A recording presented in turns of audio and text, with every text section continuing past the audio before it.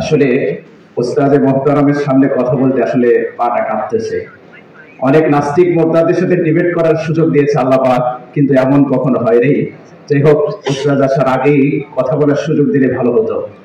মোহতারাম হাজরিন, যে কথাগুলো হয়েছে আমি তা রিপিট করব না।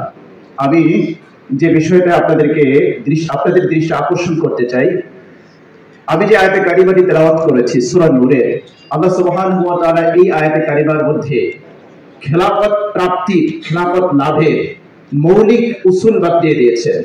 এবং খেলাফত লাভ হলে, আল্লাহর জমিনে আল্লাহর দ্বীন প্রতিষ্ঠা হলে বিশ্ববাসী কি ফলাফল ভোগ করবে আল্লাহ পাক সেটাও বাতলিয়ে দিয়েছেন। আল্লাহ সুবহানাহু ওয়া তাআলা এই আয়াতে কারিমার মধ্যে আমাদেরকে দুটো জিনিসের প্রতি আমাদের দৃষ্টি আকর্ষণ করেছেন। একটা হচ্ছে ঈমান, আর একটা হচ্ছে আমলে সালেহ। শিরক মুক্ত ঈমান এবং বিদআত মুক্ত আমল, এটা হচ্ছে আমাদের খেলাফত লাভে আল্লাহ রাব্বুল আলামিন যে খেলাফত দিবেন তার আগে আমাদের এটাকে শুধরাতে হবে, ঠিক করতে হবে।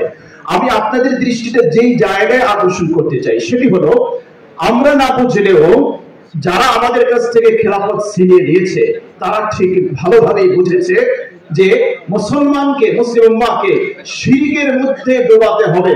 এজন্য ওরা আমাদেরকে গ্লোবাল শিরকের মধ্যে লিপ্ত করেছে। কিভাবে লিপ্ত করেছে আমি একটু এক্সপ্লেইন করি। আল্লাহ সুবহানাহু ওয়া তাআলা আমাদেরকে যে রাষ্ট্র ব্যবস্থা দিয়েছে, সেই রাষ্ট্র ব্যবস্থার সার্বভৌম ক্ষমতার মালিক কে?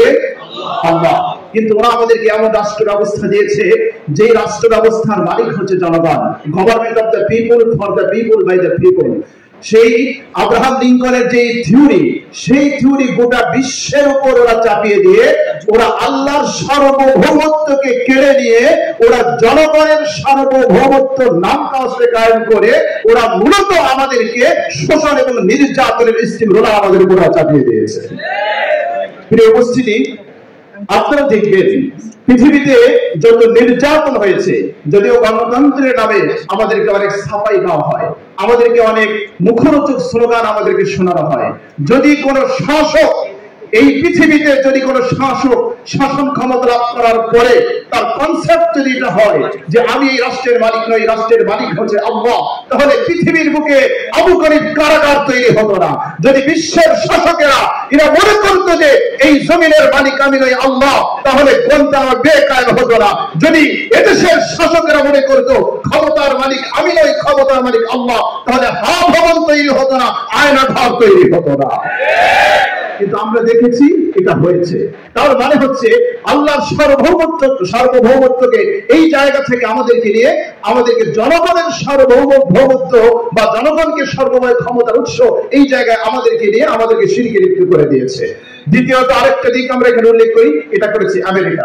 গ্রেট ব্রিটেন আমাদেরকে কি করেছে আমরা সকলে জানি যে বিধানদাতার মালিক কে? বলেন না কে? আইনদাতা কে? সৃষ্টি যার, আইন চলবে তার। কিন্তু গ্রেট ব্রিটেন আমাদেরকে কি বিচার ব্যবস্থা উপহার দিয়েছে? এখানে আল্লাহর আইন চলবে না, এখানে আল্লাহর বিচার ব্যবস্থা চলবে না, মানব রচিত বিধান, মানব রচিত বিচার ব্যবস্থা গ্রেট ব্রিটেন আমাদেরকে উপহার দিয়েছে, বিশ্ববাসীকে উপহার দিয়েছে।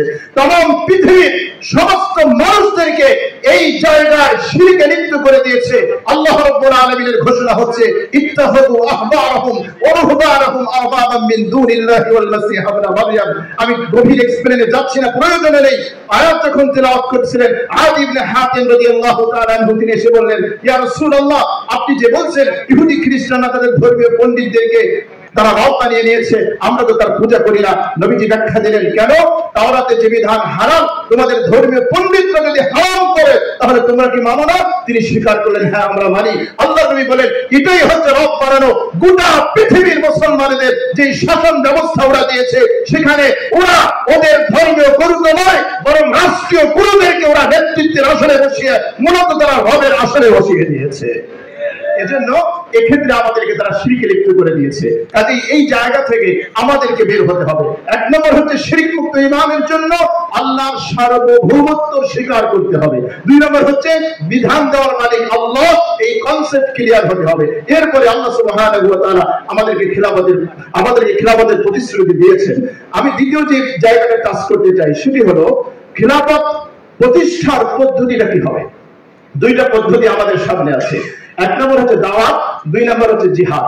এই দুই পদ্ধতি ছাড়া পৃথিবীতে খিলাফত কোথাও কায়েম হয়েছে আমরা আজ পর্যন্ত দেখি না, এরকম কোনো ইতিহাস নেই। নবী করিম সাল্লাল্লাহু আলাইহি ওয়াসাল্লাম তার জীবনী যদি আমরা দেখি তাহলে দাওয়াত এবং জিহাদ।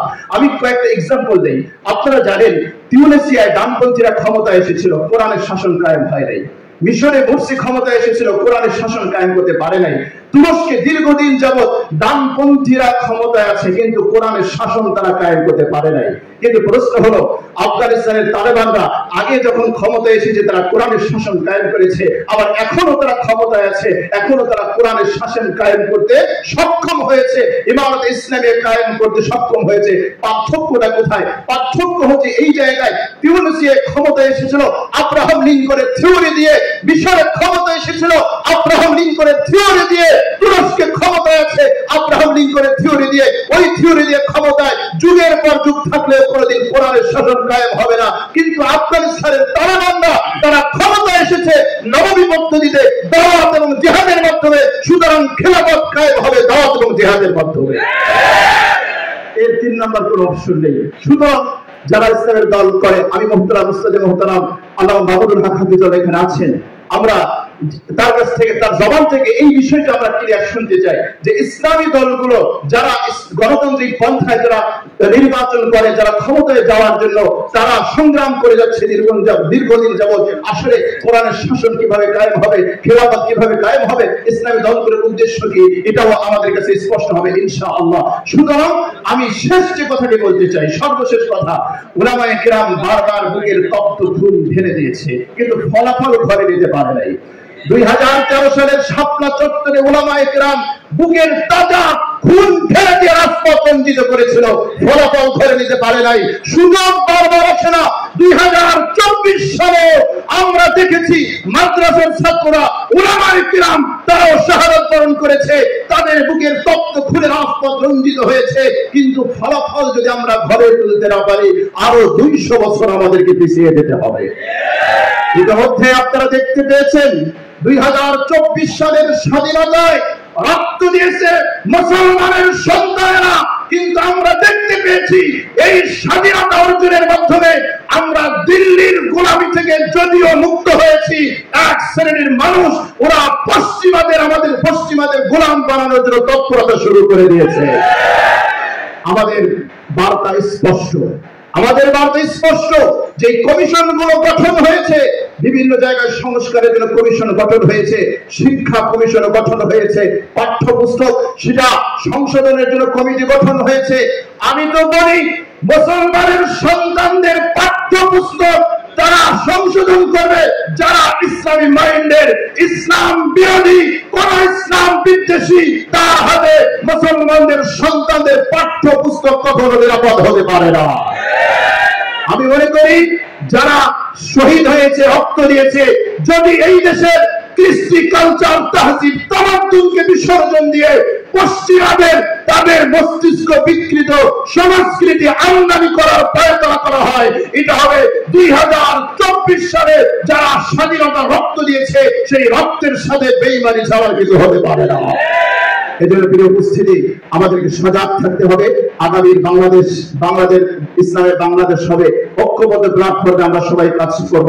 আল্লাহ পাক যেন আমাদেরকে তৌফিক দান করেন। আমিন। আসসালামু আলাইকুম ওয়া রাহমাতুল্লাহি।